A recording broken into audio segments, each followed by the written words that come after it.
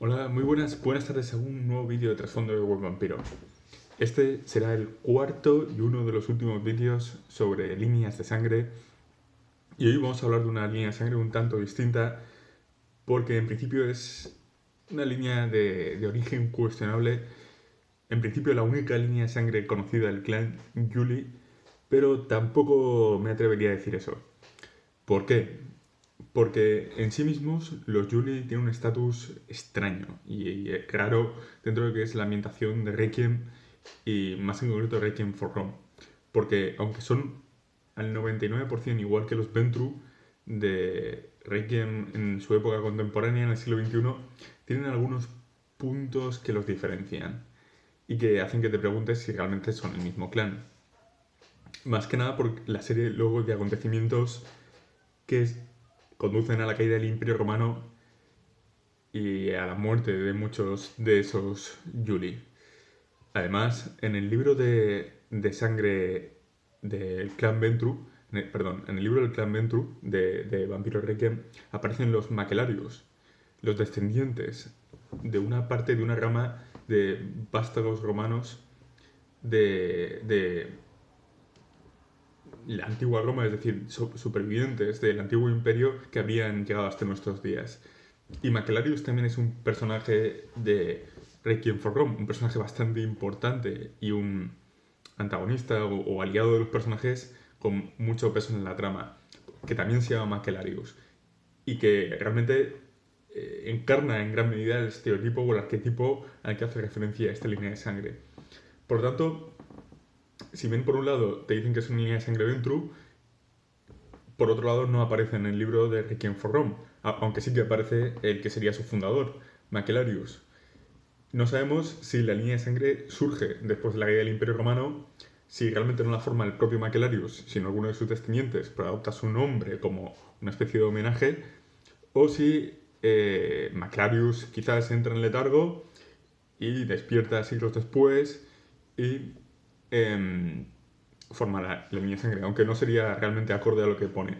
Lo que vemos en este libro, en el libro de líneas de sangre legendarias, que es uno de los cuatro, nada menos, cuatro libros, cuatro suplementos de Requiem for Rome publicados con trasfondo y reglas para jugar unas 50, 60 líneas de sangre en total.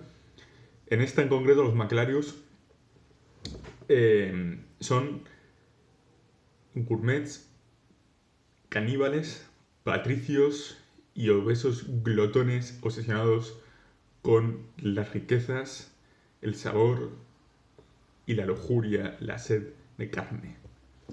Voy a explicar la línea de sangre, ya que he hecho una larguísima introducción sobre qué no es, pero voy a explicar lo que es.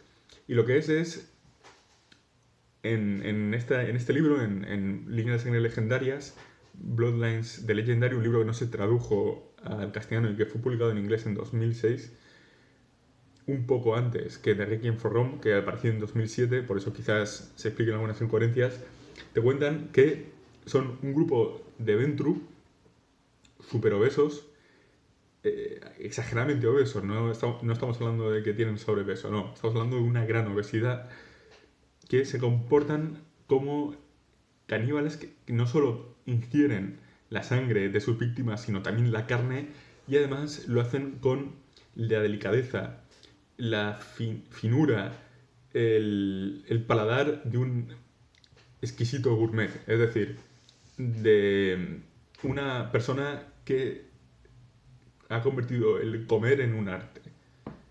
Es decir, esta línea lo que representaría, lo que reflejaría es la decadencia de Roma, el vicio, el exceso, el hedonismo, el hincharse a comer hasta vomitar y luego seguir comiendo. Esa cultura que tenían al final del imperio decadente los patricios de Carpe Diem. Y esto representa el Carpe Diem a lo bestia. Es decir, un Carpe Diem oscuro, macabro, pero al final el placer de vivir, de darse al hedonismo, a los lujos, a la buena vida, ¿no?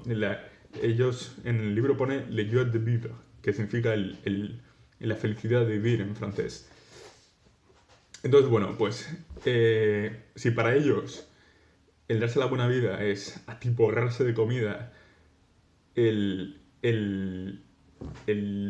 digamos, el dinero y las riquezas, la influencia, el poder, solo son una expresión de, o digamos, un requisito necesario, pero no el único para alcanzar ese estatus, ¿no? Esa posición lo suficientemente buena como para disfrutar de distintos vinos, distintas catas de sangre, distintos tejidos, la carne traída de diversos sitios, comercian con sus víctimas. Estamos hablando de auténticos esclavistas que cultivan y exprimen a sus víctimas, a sus esclavos, como si fueran cosechas de distintas épocas. Al mismo tiempo, como por supuesto son tremendamente lentos y son tan obesos, no estamos hablando de una línea de sangre dinámica que se haya extendido mucho, sino que se comportan como arañas, es decir, como tumores que crecen en el interior de una ciudad. Tejen a su alrededor una red de influencia y de poder y atraen hacia sí a sus presas, a sus víctimas, convirtiéndose normalmente en guardianes del Elíseo y siendo conocidos allá donde van por la calidad, la excelencia y el desenfreno exagerado de sus fiestas. Serían, por tanto, buenísimos, digamos, maestros de ceremonias y celebrantes en cualquier elixir de Europa o de América. También, aquí la historia que te cuentan en este libro publicado en 2006 de Líneas de Sangre Legendarias es que el primer Macellarius fue abrazado por un vástago, un vampiro llamado Juvenal. El vampiro abrazado, o sea, el neonato que formó la línea de sangre, no se llamaría Macellarius, como luego conocemos en Requiem for Rome. No sabemos si es un alter ego o si es un seudónimo, pero sí que hay algo muy característico que los une, que es que tanto el uno como el otro formaban parte de familias relativamente buenas o de dudosa procedencia, pero no de las mejores, de dudosa procedencia. También se dedicaban al comercio de caballos, ¿no? El personaje Macellarius en la crónica de la caída de la camarilla la vemos constantemente, como el comercio en general es una gran fuente de dinero e influencia, pero también especialmente el de caballos, ¿no? Que al final eran un producto, ¿no? Muy exclusivo dirigido a los patricios, a la nobleza y por tanto a las carreras de aurigas. Y esa expresión de grandes comerciantes, de grandes burgueses del final del imperio es lo que les permite convertirse en o acceder a toda esa red de exóticos manjares que cual ambrosía van introduciendo en todas sus fiestas y celebraciones. Ellos son la expresión de la fertilidad y la obesidad como un símbolo de riqueza. Es decir, no estaríamos hablando de la obesidad como tiene hoy en día connotaciones negativas, de una persona obesa es una persona fea, asquerosa, ¿no? Que se la desprecia. Estamos hablando de la obesidad como una expresión de poder, de estatus, algo que antiguamente era muy común y de hecho hoy en día la representación femenina de las mujeres muy delgada, pero antiguamente la representación femenina de las mujeres eran con bastante peso y bastante obesas, porque incluso en la prehistoria las Venus, eso reflejaba las caderas anchas y los pechos grandes, una fertilidad importante, el hecho de que era capaz de amamantar a sus hijos y tener las caderas suficientemente anchas como para dar a luz a más hijos. Esto está reflejado en los personajes, o por lo menos eso es lo que intentan transmitir. El hecho de esa obesidad como un símbolo de poder y estatus. Y en esta línea de sangre, cuanto más obeso, cuanto más grande es un personaje, más poderoso es. En este libro, en Línea de Sangre Legendarias, en el de 2016, o sea, el 2006, perdón, no 16, tienen el defecto de los Ventru, que también es compartido con los Yuli, de -2 a las tiradas de degeneración. Luego tienen el problema de la obesidad, que les condiciona bastante porque les perjudica a la hora de moverse y tal. Pero luego, sobre todo, el tema es la adicción a la carne. Ellos necesitan consumir necesitan consumir productos cada vez más exóticos, cada vez más únicos, y no solo sangre, sino piel, tejido, una libra de carne, o sea, como antiguamente decía Shakespeare en el Mercado de Venecia. En este libro tiene una disciplina única de clan, que es Gustus, que es una disciplina súper chorra en realidad, o sea, te permite primero consumir carne, luego te permite almacenar más vitae, porque supuestamente pueden temporalmente convertir sus adipocitos o su grasa en almacenes de sangre. Luego te permiten regurgitar sangre para vomitarla como si fuera una especie de troll, ¿no? Y vomitar ácido, ¿no? Que se convierte en daño agravado. Y por último, son gourmets tan exquisitos de la sangre que les permiten absorber características de la persona de la que esta procede, ¿no? A niveles altos, esa disciplina te permitiría, por ejemplo, si el vampiro, si era propiedad de un vampiro, esa sangre, pues aprender una disciplina que ese vampiro tuviera, lo cual está muy bien.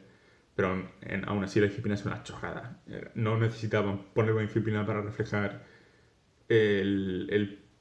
la originalidad o lo que le hace únicos a estos, porque lo que les hace únicos es sus defectos y su cultura, el hecho de ser decadentes, glotones y sibaritas, o sea, es la confluencia de todo eso, porque no son caníbales como son los Nagaraja de Vampiro la Mascarada, que son una especie de nigromantes, ¿no? Que se comen los cadáveres. Estos no se comerían cualquier cadáver, se comen solo aquellos que satisfacen sus exquisitos gustos. Y viven por eso. Viven no por experimentos nigrománticos, sino por el placer de probar cosas nuevas. Son los cocineros Michelin de los vampiros. Son auténticos maestros del sabor y de los paladares más finos. Aquí, como os comentaba, en este libro el origen que le dan es muy parecido, pero no el mismo. Yo pienso que como este libro es de un año antes o un año y medio que se publicara en Requiem for Rome, el de Requiem for Rome es realmente el que prevalece, ¿no? O sea, el origen de los Macellarius estaría en un personaje que se llama Macellarius, porque además no solo tienen la misma personalidad, sus mismas ideas y su misma red de intereses y comercios, incluso con las familias de caballos, que supuestamente es algo que ha pervivido llegado al siglo XX, sino que además reflejan en ambos casos una obsesión narcisista por el yo.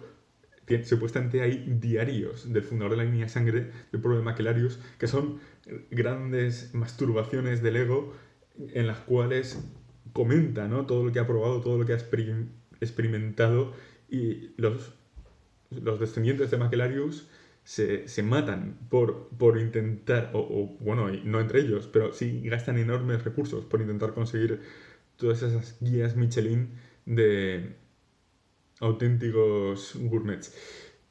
Hay que decir que ellos buscan sobre todo abrazar a gente que muestra ese hambre, ese ansia. Y tenga el aspecto que tenga, antes de ser abrazado, como efecto de unirte a esta línea de sangre, el ser humano o el vampiro que se convierte en uno de ellos se vuelve asquerosamente obeso. O sea, eso forma parte de la línea de sangre impepinablemente. Y poco más. Esta línea de sangre, pues yo la consideraría una línea de sangre Yuli. No está en Requiem for Rome, pero la descripción y las referencias son tan claras que se podría considerar claramente una línea de sangre jugable en Requiem for Rome. Y por tanto yo la incluiría con una línea de sangre Yuli. Aunque claro, eso te alinearía totalmente en la facción de Macellarius. Y eso es todo. Espero que os haya gustado esta línea de sangre de obesos patricios, y Nos vemos en el próximo vídeo de Web Vampiro. Un saludo a todos.